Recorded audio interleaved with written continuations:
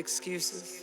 Teenager, we major, now let's go stupid. Stomping a hole in the stage back up us, so go through it. How you gon' say you are just like us, but cannot do this? You and the players in your whole team, they are so useless, they useless. It's a major. This episode is inspired by my anxiety and my fear that has prevented me from expressing myself before and no longer controls me. It's inspired by my ability to overcome my perfectionism and to put things into the world even when it doesn't feel perfect, but knowing that it's good enough. Enjoy. It's a major mood.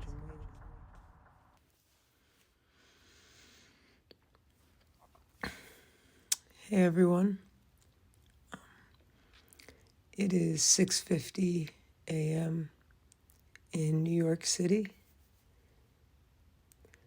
I've missed y'all, even though I think it's only been a little bit over a week.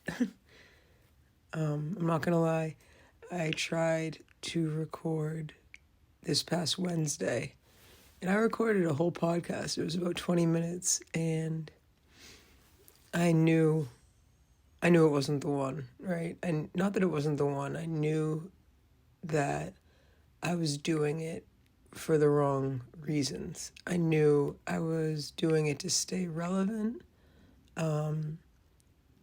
and, you know, I could just feel it in my body that it wasn't time. It wasn't the time for it. So I scrapped it. I don't even think I listened to it after I recorded it. I just moved on. And that's kind of what brings us into this episode is the concept of time. I would say I've started my journey of being a healthier person. And when I say healthy, I mean mentally, physically, and spiritually. And it's taken a lot of time.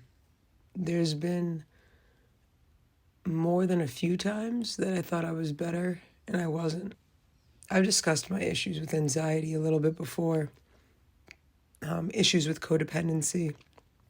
I was in a 5-year relationship that was not healthy. It was, very important to who I am today, but it took me 5 years to get through that now. Talk about time, right? And then I'm thankful for that relationship because that's the reason I even got into therapy and learned about my codependency issues. And I thought after a year of therapy, I was better in regards to time, right? So 5-year relationship, about a year of therapy.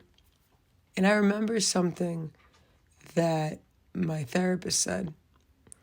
She said one day that a lot of people think that the healing process is linear. And sorry if I pronounce words weird sometime. I have this thing with ERs where my friends always tell me to say mirror, and I'm talking about the mirror. I don't know. I say words funny. Okay, let me go back to what I'm talking about. My therapist said one time that most people think that the healing process is linear. So if you looked at like a graph, the line would be slowly creeping up, right? Because you're getting better and better. But then she drew it on a piece of paper and she basically scribbled the healing process in a bunch of circles.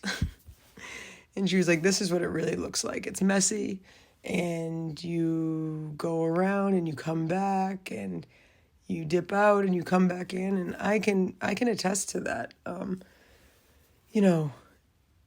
As someone who's had a very strict practice, so I have a strict spiritual practice, I have a strict meditation practice, which has saved my life. If you're struggling from anxiety, I'll do an entire episode on meditation, and I'll try to discuss it in a way that people have told me that the way I explain it is helpful, and I hope it is because I needed it explained to me in a helpful way. And if you want me to tell you where I actually understood it well for the first time, it's the Russell Brand podcast, Under the Skin, and he was interviewing David Lynch from Twin Peaks, and they had I think the episode is called Meditation and Genius. If you're interested in hearing a really cool description of meditation and David Lynch's description of it, and he suffered from similar things that I do with my anxiety. My anxiety manifests as anger.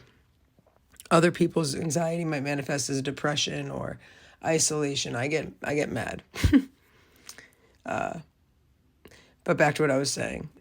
I've probably been in my healing process for over 3 years now. And I've done a lot of work. And I call it my old self. I still have days in times where I really feel like I haven't learned anything, that I've just reverted back to my old self.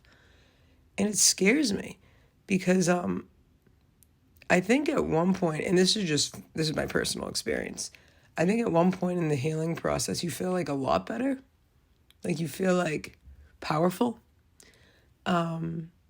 Or maybe it was because that my healing process mixed in with the pandemic, I really got like a deep, deep clean, you know what I mean? Like not only was I on the right path, but like then the world calmed down. So like I really got a good amount of time to feel peace.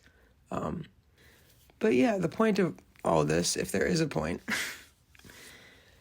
is that I made some choices. Once I started getting better and gaining more mental clarity, I realized, like these people aren't good for me, and I started making new friends, and I started having new interests. And look at me, I'm not saying this is the reason, but I'm not even rapping right now, right?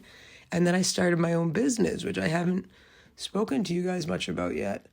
And I started taking like major risks while I felt powerful. But with major risks, you need a lot of faith because I believe when you're sick, when you're not healed, when you're battling something spiritually, you're removed from yourself, right? You're not in tune with your intuition and following your gut. You know, people always say, follow your gut, follow your gut. But when you're not doing well, the actual issue is that you're not aligned with your gut. You don't know what is your gut. If you suffer from anxiety, what is your gut? It's going off all day, right? Like if I followed my gut while I was in an anxious state, I would think the whole world was against me. I would think everyone hated me. I would make decisions based on fear, right? So the healing process is actually to get you more in tune with yourself. And me and my boy, we call it our spidey senses. Like we've been working really hard on honing in on our spidey senses, right? So like when Spider-Man's spidey senses are going off, he senses actual danger, but it's real danger. It's not fake danger. You know, when you suffer from anxiety, my really good friend, former coworker, I haven't spoken to her in so long. Janelle, what up? She told me that when you suffer from anxiety, you have a faulty alarm system. And the best example would be, and I agree with this, is like, say you're cooking a really nice dinner, like a beautiful 3-course meal, and then your fire alarm goes off. There's not an actual fire, but your fire alarm is sensing it as a fire when it's really a beautiful dinner. When you suffer with issues from anxiety, it's a fire alarm going off over dinner. It's not over an actual fire that needs to be tended to. And I'm saying all this to say people think that going through this healing process means at one point you'll be healed.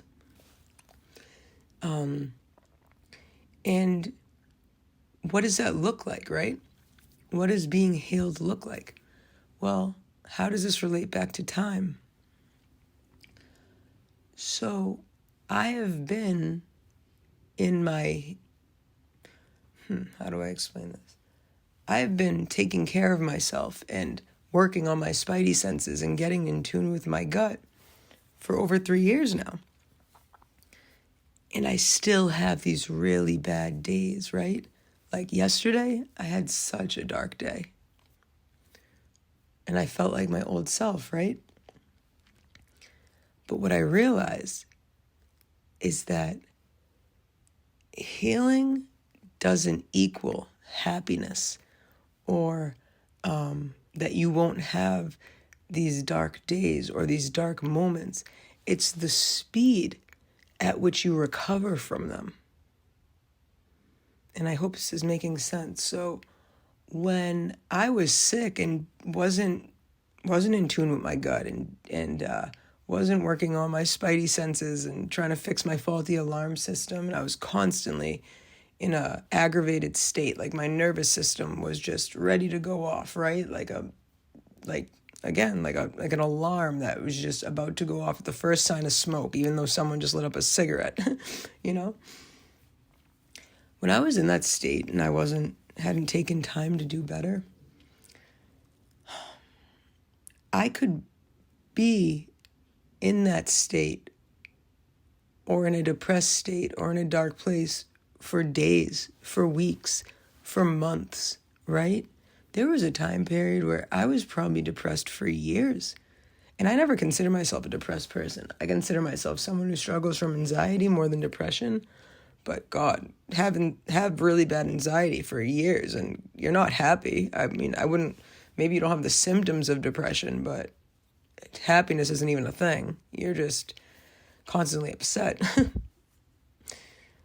And so back to time is that I realized when you start to get better, it's not about, oh, I'm happy now and things are just better.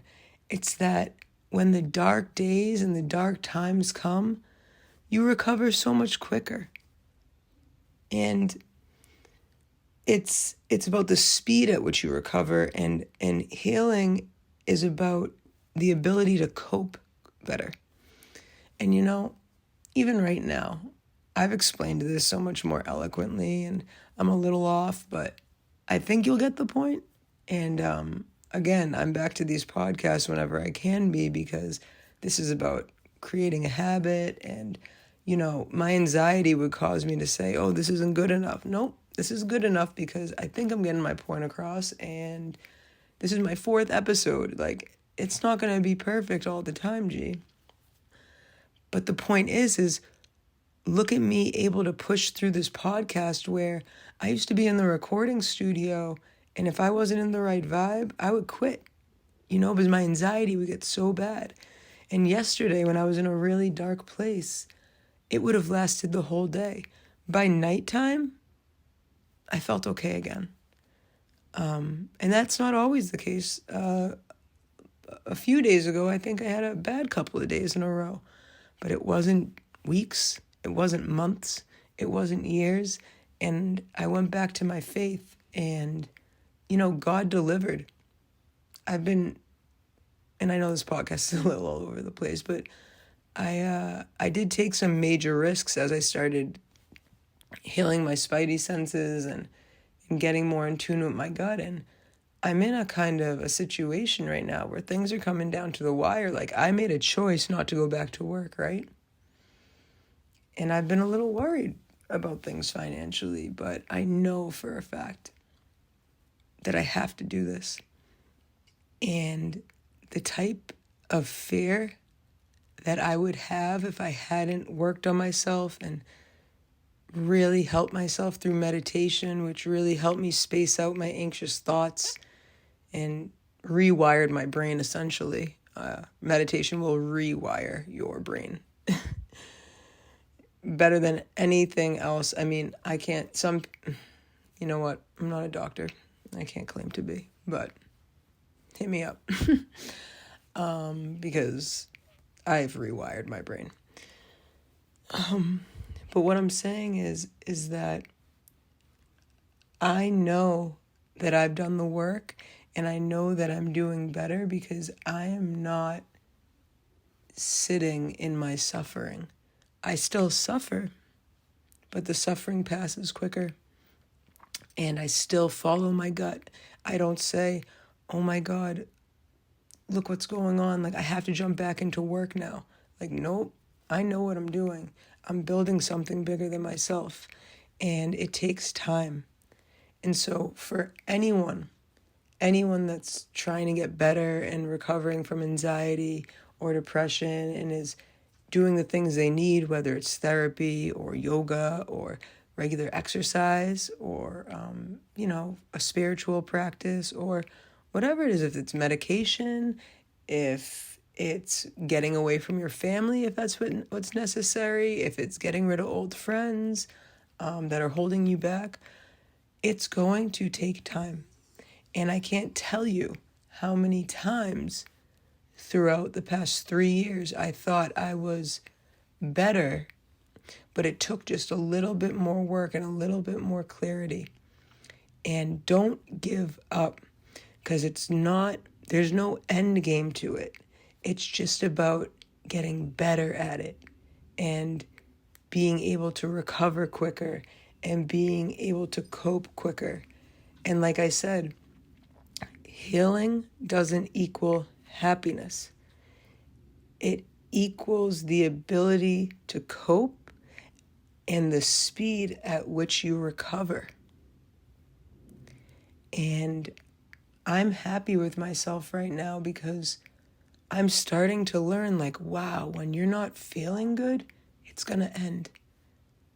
Because you've done the work and you've done the best you can to get better. And your body is better and your spidey senses are better. And you're not meant to be happy all the time. You're just meant to remember that God is there and he's looking out for you. And he does work in mysterious ways. And I'm trying every day. And I do have dark days, but they don't last as long as they used to. And I hope this is just a message for anyone who's in the middle or even the beginning of their healing process to keep going. Keep going. It might take you a few years, but to get to a point, or maybe it'll be shorter. Who the hell knows? Don't listen to me. This is my journey.